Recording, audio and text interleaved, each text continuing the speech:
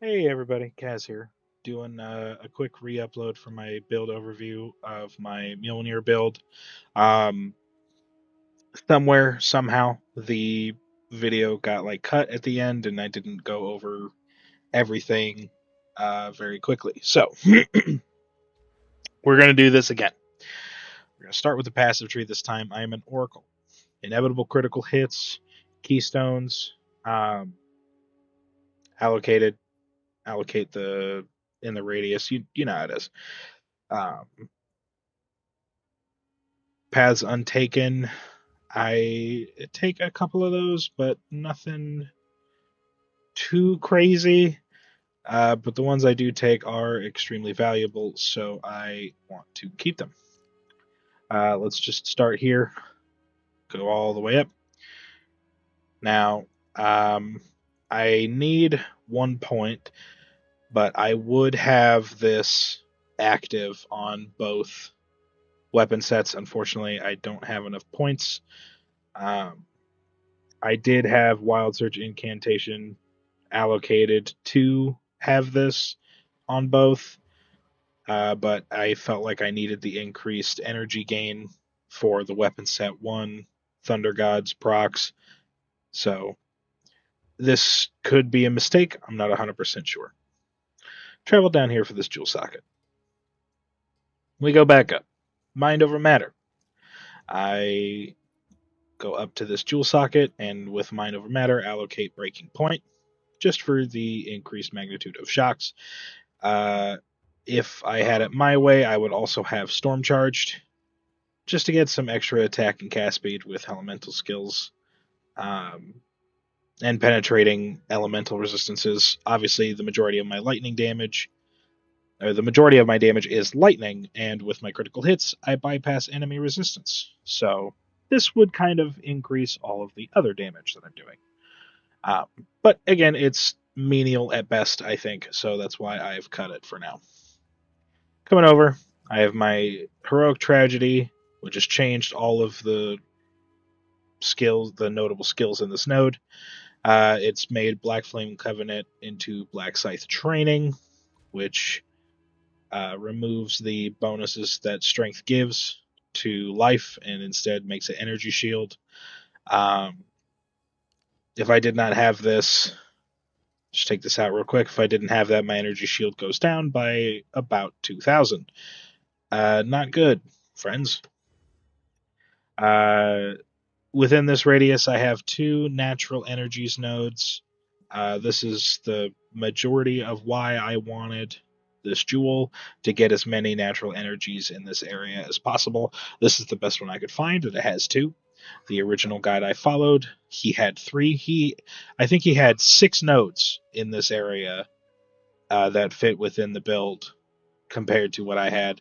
Unfortunately, the way these timeless jewels work now, it's individual characters have their nodes randomized. So if one of you were to buy a jewel with the exact same deeds for the exact same hero, Verana, um, yours would still look different.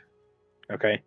I'm not exactly sure if this will ever be solved, but I have 2 natural energies and I have 1 rest control.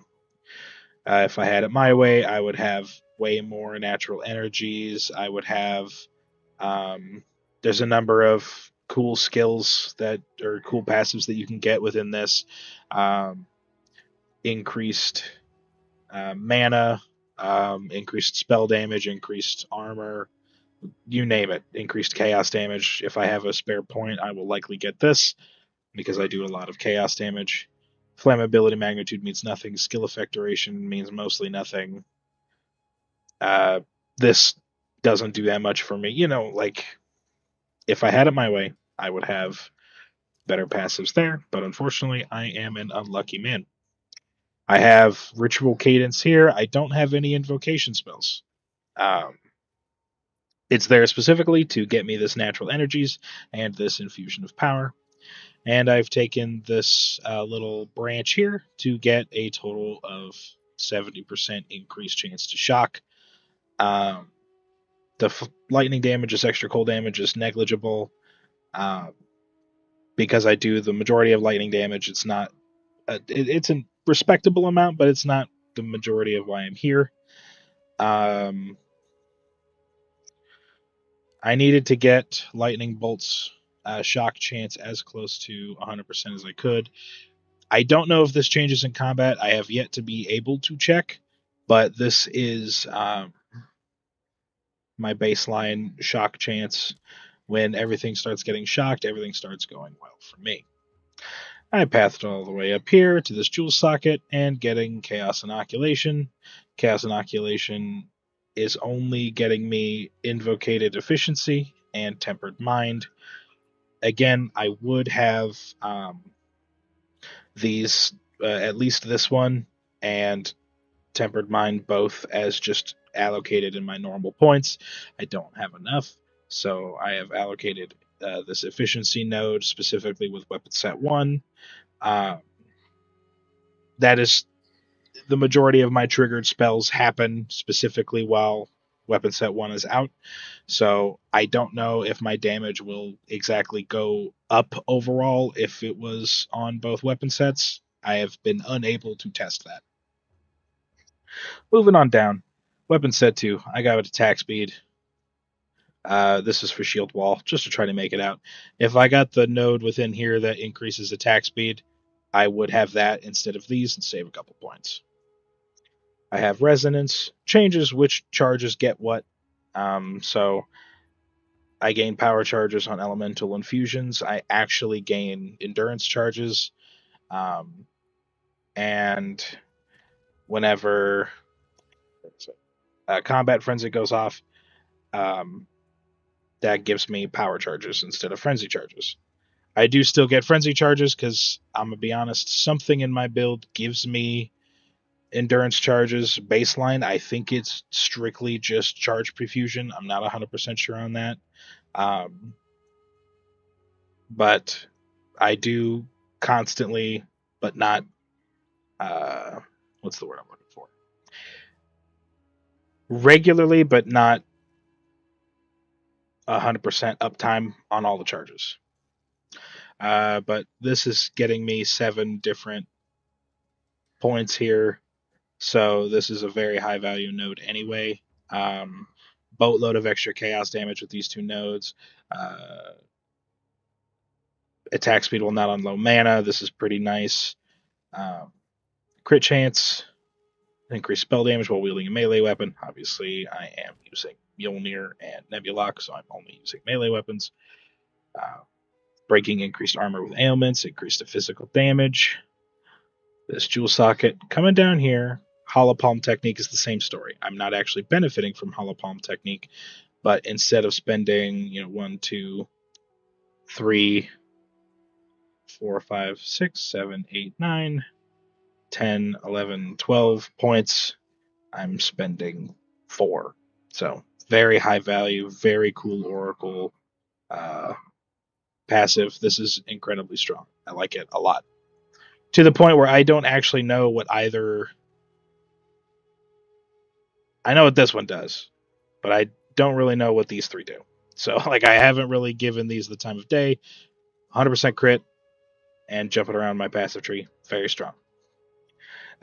Moving down to the monk starting area. This is active on weapon set 1. I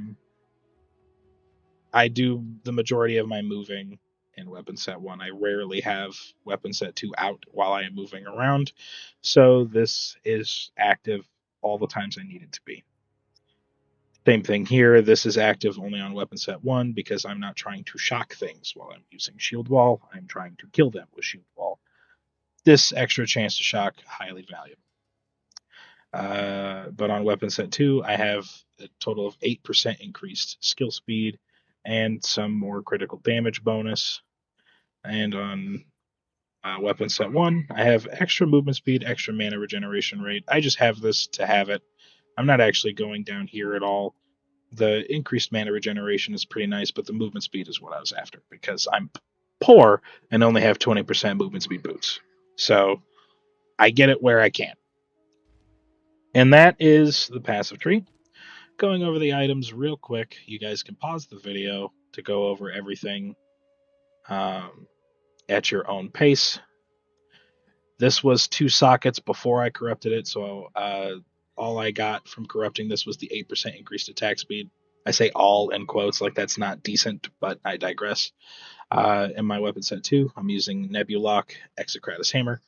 This is socketed with Greater Rune of Alacrity and Rune of the Hunt.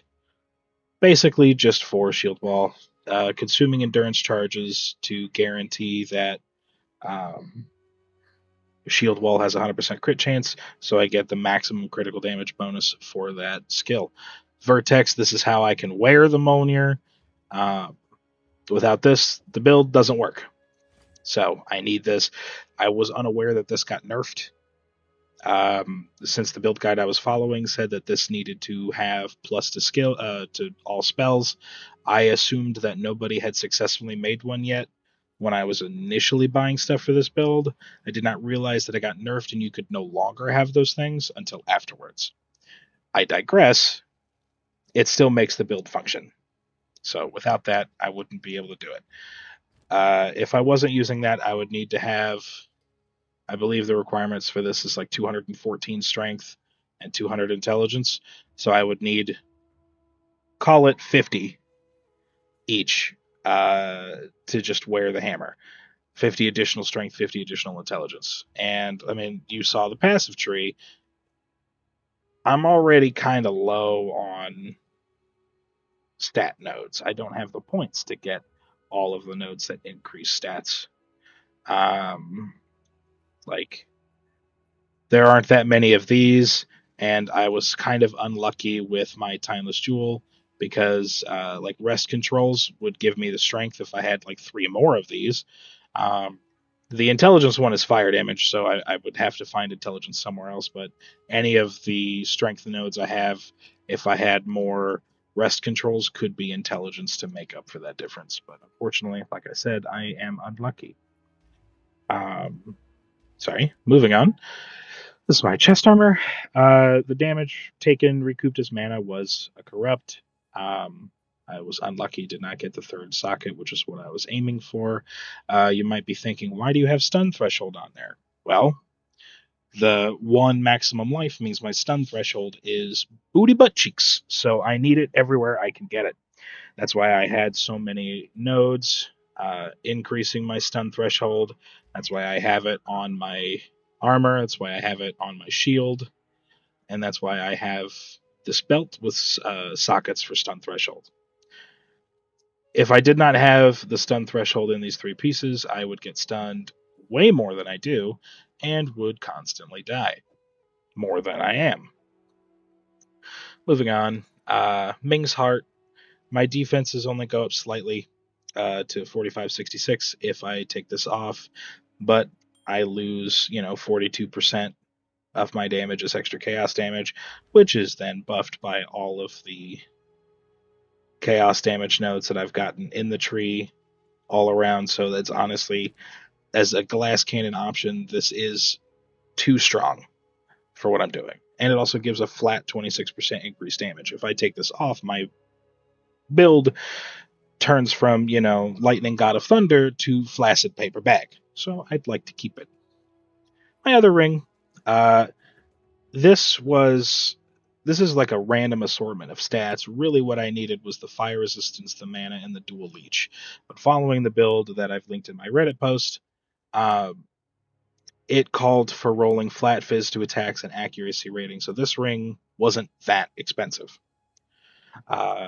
Choir of the Storm, this is the other like make or break part of the build. Allocating dynamism, very important. This is active all the time. Constant damage boost anytime I've triggered a skill. The leeching attack damage as mana was just, it came with the corruption that I had on it. I didn't know what I would be looking for as a corrupted modifier. I just did it. I just sent it. Level 20 lightning bolt, obviously very important for maximum shock chance. Lightning resistance, obviously very good, but it is here for the critical hits, ignore enemy monster lightning resistance. This means I don't have to get that support gem to invert enemy resistances. and charms, instant mana flask, and this gets no use. I have nothing for this. So that's the build. That's the passives. Skills: Thunder God's Wrath, supported with Arc, Dominus Grasp, Sion's Temper, Balance Energy 2, Lightning Mastery. Lightning Bolt, supported with Eshe's Radiance, Shock, Static Shocks, Cooldown Recovery, Electromagnetism, Charge Regulation, Combat Frenzy with Charge Profusion 2, Herald of Ash, only accessed on Weapon Set 2, with Swift Affliction 3, Compressed Duration, and Magnified Area. Leap Slam, Magnified Area, Shocking Leap, Encroaching Ground, Blazing Critical. Trying to keep this buff active at all times. It's just free extra damage. Leap Slam isn't there to do any real heavy lifting. Resonating Shield is the majority of how I proc Thunder God's Wrath. So Rage 3, Pin 2, this is how I charge Combat Frenzy. To get the Frenzy charges by building up Pin. Heavy Swing, Armor Break 3, and Magnified Area 2. Cast on Critical is Lightning Warp and Snap. Those are supported by Efficiency 2, Boundless Energy 2, and Cooldown Recovery 2. Wolfpack, available only on Weapon Set 2, specifically for Shield Wall, with Aminamu's Tithe, Infernal Legion 2, and Minion Instability. Shield Wall is the Boss Killer skill, supported with Rigwald's Ferocity, Close Combat 2, Heavy Swing, Super Critical, and Minion Pact. Critical damage bonus on this is 445%, and if I consume an endurance charge when I use it, it has a 100% crit modifier. So the innate oracle re-rolling a crit, but lowering its crit damage bonus until it would normally crit, does not apply when I want to use the skill. Now, I don't always have an endurance charge active, unfortunately, so sometimes I am just kind of sending this to send it, but if I spend an endurance charge, it shotguns everything in front of me. So damage goes up pretty high. That is the end of the video. Hopefully, when I re-upload this, everything makes it in. And thanks for watching. Have a good one.